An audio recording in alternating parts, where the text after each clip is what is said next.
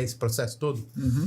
Não, o que é um aspecto central no que você falou é crise, né? Então, se a gente define alguma coisa em um espaço de crise, é porque isso aí você está alterando alguma coisa. Está desbalanceado. Está desbalanceado. Pode ser uma crise num jogo de futebol, sei lá, você vai ter briga. O time entra em crise, né? O time entra em crise. Não vou nem falar nisso. Não vamos. Corintiano? Não. Você é palmeirense? São Paulino. Então estamos juntos, eu sou corintiano. Ser corintiano tem a ver com São Paulino? Não, mas até porque tá todo mundo que embaixo. Faz anos, né? Mas então a gente está num processo de alteração que vem sendo intensa, né, da dinâmica climática. Então, o que é isso, na realidade? O clima a gente estava falando da relação da superfície com a atmosfera, né, que pode ser em várias escalas, inclusive na escala planetária. E então essa interação é absolutamente importante para o que acontece em termos de clima no planeta. Então, a atmosfera é uma camada muito fininha, né? Então, a gente tem, se você pegar um ponto na superfície da Terra e for até o centro da Terra, tem 6.000 quilômetros, né? Então, até o outro lado tem 12.000 quilômetros, né? Você vai na atmosfera, tem 10 quilômetros de atmosfera efetiva, e a Cláudia, obviamente, pode falar muito melhor sobre isso. E aí, essa camadinha é que define o clima no planeta.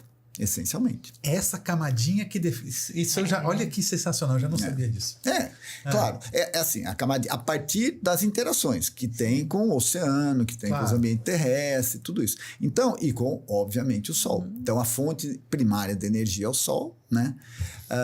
E que traz energia para o planeta, e essa camadinha que modula o balanço energético no planeta. Tanto que se você tiver um planeta sem essa atmosfera, você não consegue ter vida, ou se você tiver essa atmosfera desbalanceada, como é em Vênus, você tem ali um ambiente hostil para sobrevivência. Exato, então a gente está no equilíbrio, num ponto de equilíbrio, por enquanto. Nós estamos a gente está num lugar privilegiado aqui do cosmos. Sim, mas enfim, a gente está esse equilíbrio, de alguma forma, a nossa atuação, ela está tirando a gente dessa condição de equilíbrio. Então, e por quê? Porque, na realidade, esse equilíbrio depende da composição dessa camada, né? Então, assim, o Sol continua mandando energia e vai continuar por mais uns 4 bilhões de anos mandando energia para a gente, né? E varia muito pouco ao longo do ano. E hoje a gente tem uma ideia muito boa de como é que é a flutuação do funcionamento do Sol, né? Em termos de energia que chega aqui. Então, essa energia que chega, ela é relativamente constante. Tem até um número importante na física, que é a constante atmosférica, né? Então, essa energia que chega, ela chega num determinado comprimento de onda e ela aquece o planeta. A manutenção da temperatura ótima que a gente tem aqui, que é em torno de... Agora está um pouquinho mais, né? Mas em torno de 14,5 graus a 15 graus, essa é a temperatura média do planeta histórica nos últimos, talvez, 10 mil anos. Que é quando nós, seres humanos, aqui meio que florescemos no planeta, né? Então, assim, a crise climática, voltando para o teu ponto, a crise climática, ela deriva de uma alteração da composição da atmosfera. Acontece naturalmente? Sim. Você tem o Pinatubo, por exemplo, um vulcão poderosíssimo que joga um monte de aerossol na atmosfera. O que ele faz? Isso é até registrado, né? Em registro paleológicos, paleoclimáticos e tudo mais. Então, você muda a composição da atmosfera e você muda esse balanço de energia. Claro. Né? E mudando o balanço de energia, quando você muda a quantidade de energia no meio, que ela é uma expressão da temperatura, a temperatura é a expressão disso, na realidade, quando você muda a quantidade de energia do meio, você muda o processo de evaporação, você muda o processo de transporte de massa, você muda a intensidade dos processos, porque você tem mais energia no meio. Que maravilhoso isso. Então assim, aí o que acontece? Aí, o que é o evento climático? O que é uma chuva? Né? Uma chuva é uma quantidade de vapor da atmosfera que ele condensa no que a gente conhece como nuvem, e condensa a tal ponto que ela não tem mais sustentação na atmosfera e cai, né? E quanto mais vapor você tem condensado nessa camadinha que a gente está falando, até menos, você vai ter uma chuva mais intensa, né? Então, aí a crise climática deriva disso. Entendi. E só ver se eu não estou enganado. Então, basicamente, como você falou, então, o Sol traz luz num determinado comprimento de onda, vem num comprimento de onda relativamente pequeno, consegue ultrapassar a atmosfera e chega na superfície.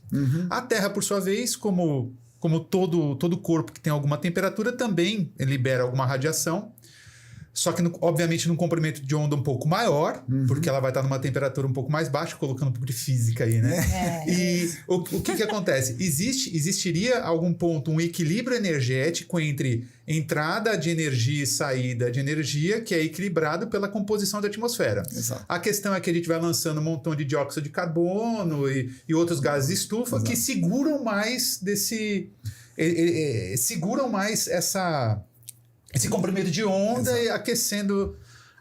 Aí já vinculando aí a coisa para aquecimento global. É isso? Seria isso. Seria o efeito estufa, né? Que a gente fala que se você quer também. Se você construir uma estufa na sua casa, quer manter calor, você vai fazer um efeito. Você vai criar uma atmosfera artificial, fechar aquilo ali, e o calor ali dentro vai ser retido com mais facilidade, que é o que acontece aqui na Terra. A atmosfera faz isso. Só que esses processos hoje que a gente vive, eles têm um nível de balanço acontecendo, mas quando a gente muda essas propriedades, inclusive, por exemplo, se a gente tem mais nuvens, a gente também vai ter um albedo planetário diferenciado. Se a gente tiver um vulcão, vai mudar também a refletividade dessa luz né, que vem do Sol. Sem dúvida. E aí a gente começa a fazer uma alteração nesse sistema, e nesse momento tem uma pessoa responsável, ou tem um grupo de pessoas responsáveis por piorar um pouquinho esse ambiente. Seria isso? Não, tem um grupo responsável, porque tem, vamos dizer, tem um universo de pessoas que atribuem essa mudança na composição da atmosfera. Ou nem isso, a mudança nem é na composição da atmosfera que é a atribuição, é na mudança dos eventos climáticos. Né? Então, que é um grupo que eu acho que a gente pode carimbar como negacionista climático. Mas, assim, normalmente, o que se nega é a relação de um evento extremo com a mudança do clima. Porque qual que é o argumento? Isso já aconteceu. Sim. No Rio Grande do Sul foi assim, né? Aconteceu essa tragédia ano passado, aí aparecia fotinho lá do pessoal andando de barco na década de 40 no meio de Porto Alegre. Então, essa relação que alimenta o negacionismo climático. E aí dizendo que o que provoca esses eventos extremos são processos naturais. Isso e não essa mais alteração.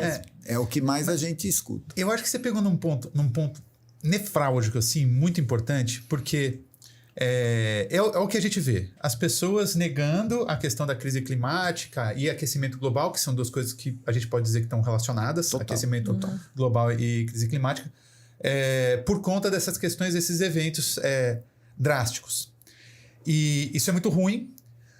Por outro lado, o pessoal que está do nosso lado, que não é negacionista climático, que eu vejo até mesmo vários especialistas, quando eles vêm falar sobre crise climática, eles pegam, justamente, sempre falam, na verdade, sobre esses eventos extremos.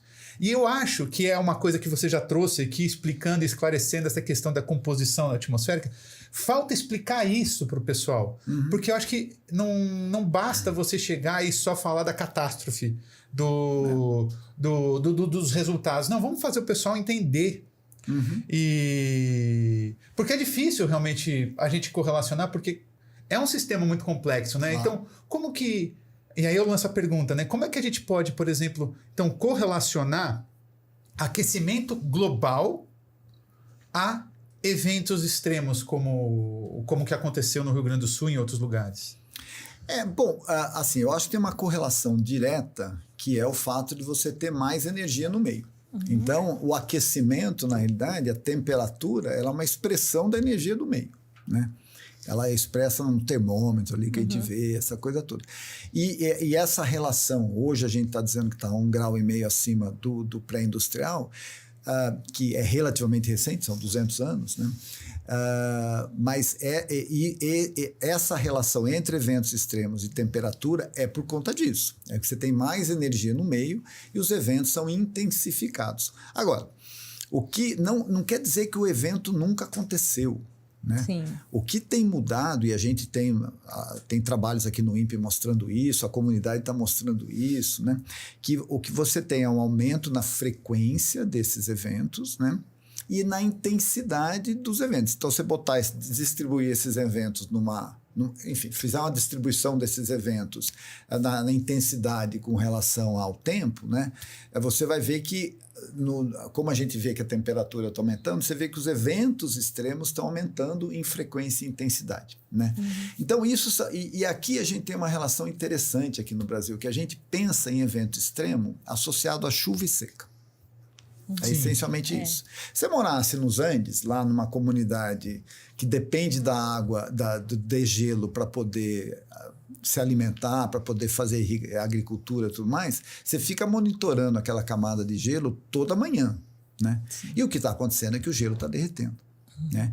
Então, aqui no sul, no Chile, aqui em cima dos Andes, chegou no ano passado temperatura de 36 graus. Nossa, sim. Não, eu conheço um pessoal que faz montanhismo nos Andes e que eu tenho bastante contato, converso, e eles comentando que em alguns pontos que eles faziam, alguns anos atrás, eles faziam montanhismo, essas altas montanhas mesmo, chegando ali a 5 mil metros, entre 5 e 6 mil metros ali, e era sempre nevado, todo ano era nevado ali, não tem mais neve.